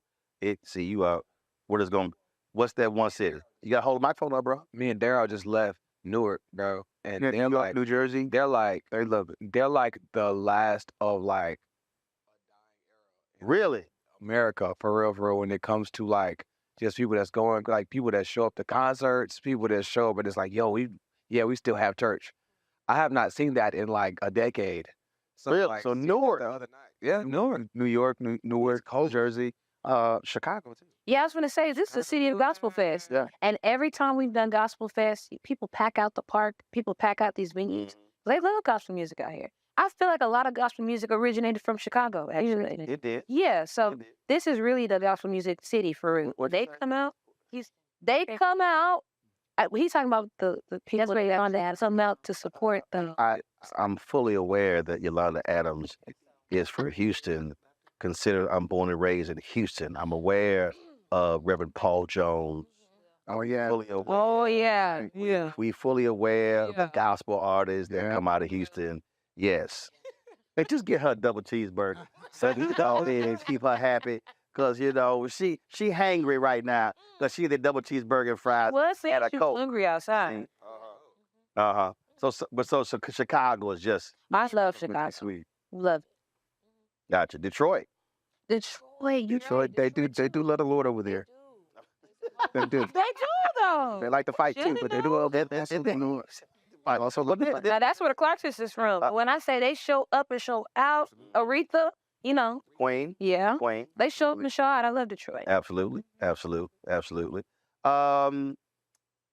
I'm going to ask you this here. I love the competition, especially the old school. Anybody who read Dream Boogie about Sam Cooke, like the old gospel groups, they used to have battles, and they would be like, "Hey, we about to kick y'all behind. We going out here to this."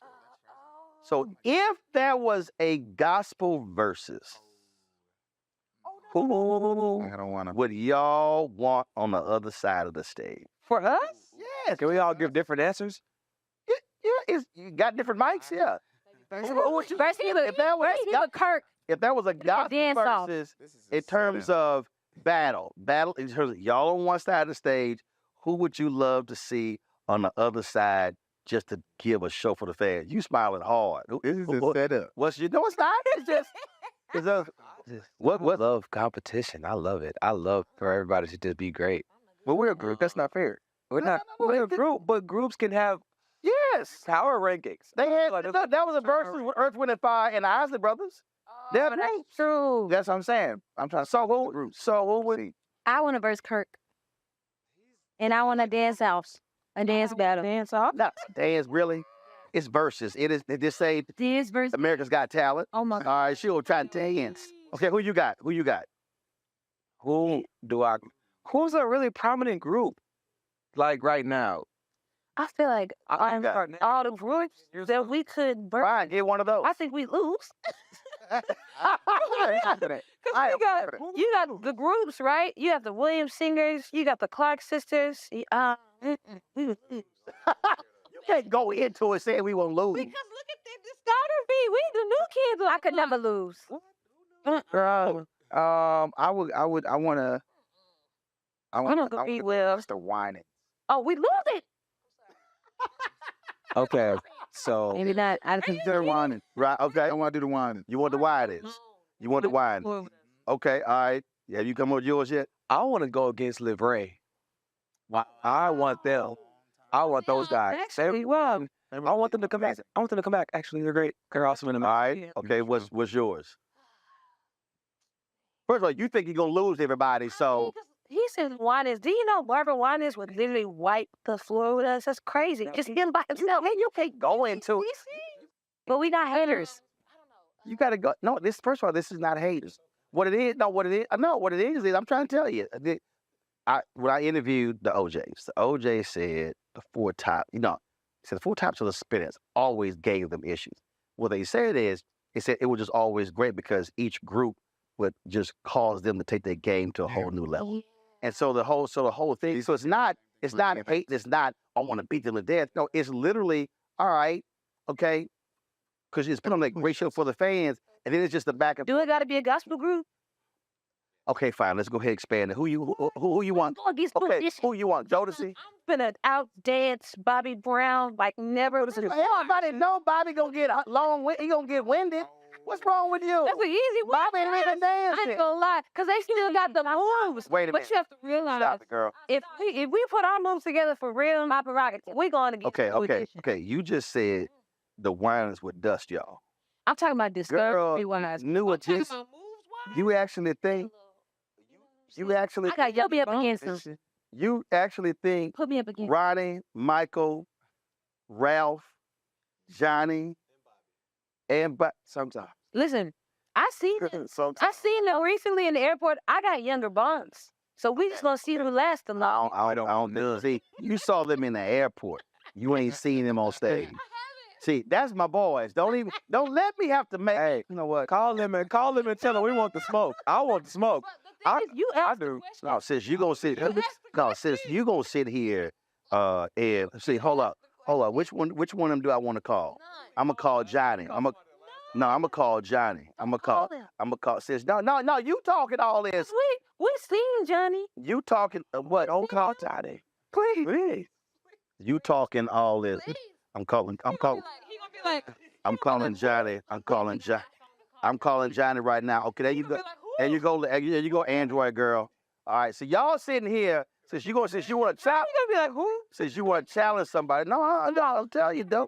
No, I'm calling Johnny right now. I'm calling Johnny. See, Johnny might be on the road. Johnny might be on the road.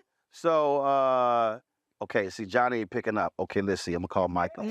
No, He heard the legend of us. The legend. He heard Daryl Solo last week. He got scared.